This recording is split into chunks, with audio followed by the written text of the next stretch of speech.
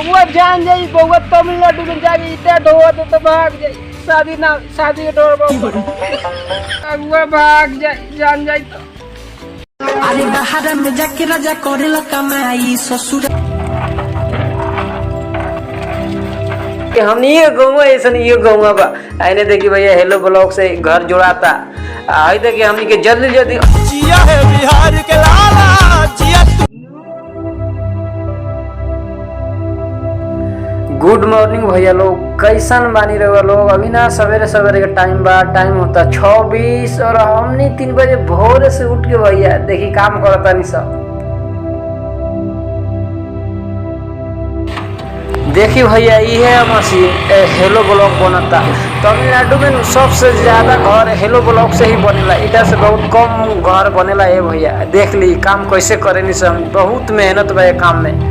तमिलनाडु का आदमी से ही काम करबे ना कर इतना ना मेहनत बा ओकनी से होकबे ना करी।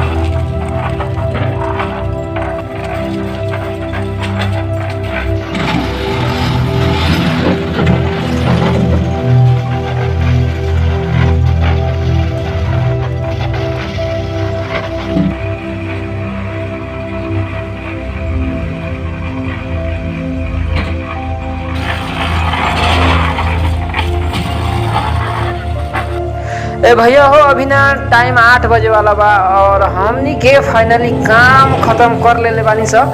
अभी ना हम मशीन धोतनी, मशीन धोला के बाद भैया हम गईनी कहवा आई देखी बगल में बा नीम के पेड़।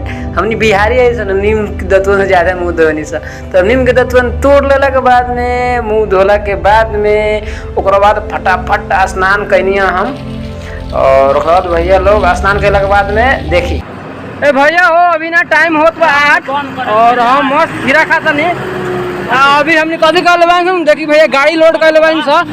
अब हमने जाते हैं इनसे लोड गिरावे देखते हैं लोड कहाँ जाता, क्वेश्चन सीन बनता, क्वेश्चन वीडियो बनता, देखा हम रे ठीक बा। I let's go.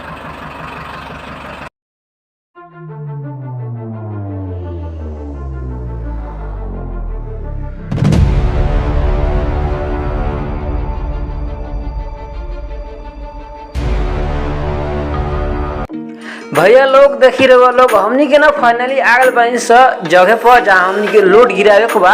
और देखी भैया ये तमिलनाडु के गांव, देखिए हमनी ये गाँव ऐसा ये गाँव बा आइने देखी भैया हेलो ब्लॉग से घर जोड़ाता आई देखिए हमनी के जल्दी जल्दी अनलोडिंग करत बानी स।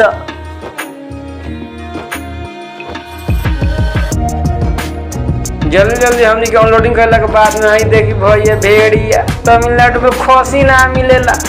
ओकरा बाद हमने अनलोड करला के बाद अब हमनी जान से फटाफट रूम पर। ए भैया हो अभी ना टाइम होइल बा 10 बजे तक और अब क्या होता है हमनी लोड गिरा के एगो चीज दिखाई रहे उनका ही देखी यार ई बात दही हमनी रखले बानी से चिवड़ा।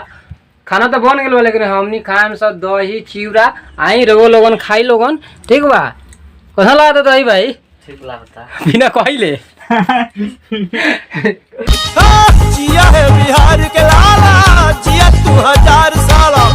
ए भैया हो अभी ना शाम के टाइम हो गल बा 5 और हमनी का कर देंगे शाम के सवेरे कमाएला ई जोन पत्थर के हटावे के पड़ला, साफ करे के पड़ला, तब जाके सवेरे काम होला। ए भैया तुम्हें जाते हैं से हटावे टीम लोगों ने रूम में तैयार होत बा लोग। तो आज एगो नया लड़का आयल बा घर से तो कहत दी हमार वीडियो ना आवे के चाहिए। सोचे लगन ये काहे बोला था लेकिन टोट के समझ में आ गए भैया। साला बउआ सोचता कि बउआ जान जाई, बउआ तमिलनाडु में जाके इतना ढोआ तो भाग जाई। शादी ना शादी के ढोर हमार जिंदगी तो साफ साफ है भैया। बउआ भाई लोग इतना ढोए नहीं, शादी करेंगे तो मर।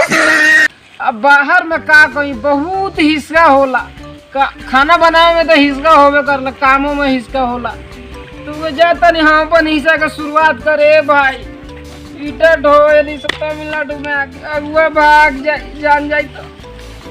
अरे बाहर में जाके राजा करेला कमाई ससुर में झेलिले सीतम।